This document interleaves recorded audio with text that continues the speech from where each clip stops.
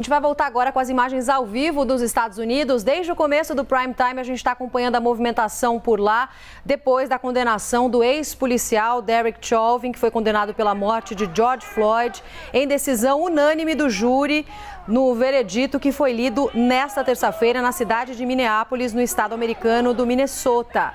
Marcelo Favalli está de volta aqui comigo para a gente seguir falando sobre essa condenação e também sobre esses protestos que continuam por lá. A gente está observando nas imagens, né, Favalli? Olá, Roberta. Aqui, como a gente frisou agora há pouco, é um centro financeiro da cidade de Minneapolis. A gente vê que um público relativamente numeroso bloqueou grandes avenidas ali e parou o centro financeiro. Agora passa aqui, a gente está no finalzinho de tarde, começo de noite no horário de Brasília, mas é meio de tarde ainda nessa região norte dos Estados Unidos, entre 4 e 5 horas da tarde. A gente vê uma movimentação aí relativamente grande em tempos de pandemia, que fechou, atrapalha bastante o trânsito nesse centro financeiro. Falando de Derek Chauvin, que então ouviu há cerca de uma hora os 3 vereditos, ele recebeu a condenação das 3 acusações que recaíam contra ele. A gente ainda não sabe o tempo de prisão, isso deve sair em no máximo 8 semanas, daqui então 2 meses, e ele pode pegar 75 anos de prisão se forem aplicadas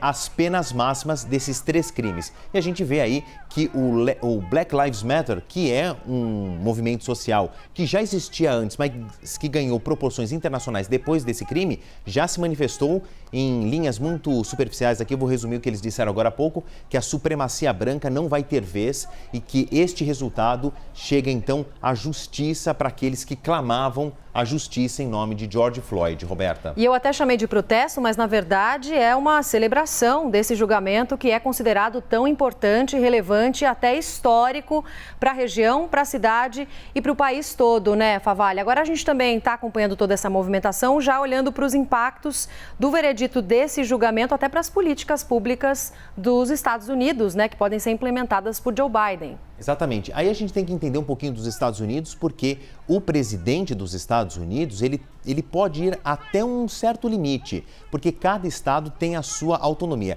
Isso foi um tema muito abordado na campanha presidencial do final do ano passado, sobre a desmobilização das polícias ou diminuir o investimento das polícias. Joe Biden deve se manifestar, a família já falou, na verdade foi o advogado da família, disse que dolorosamente a justiça chegou à família e agora as manifestações chegam do governador do estado de Minnesota, também comemorando esse resultado, o procurador-geral. A gente tem aguardado essas manifestações agora na esfera federal, viu, Márcio?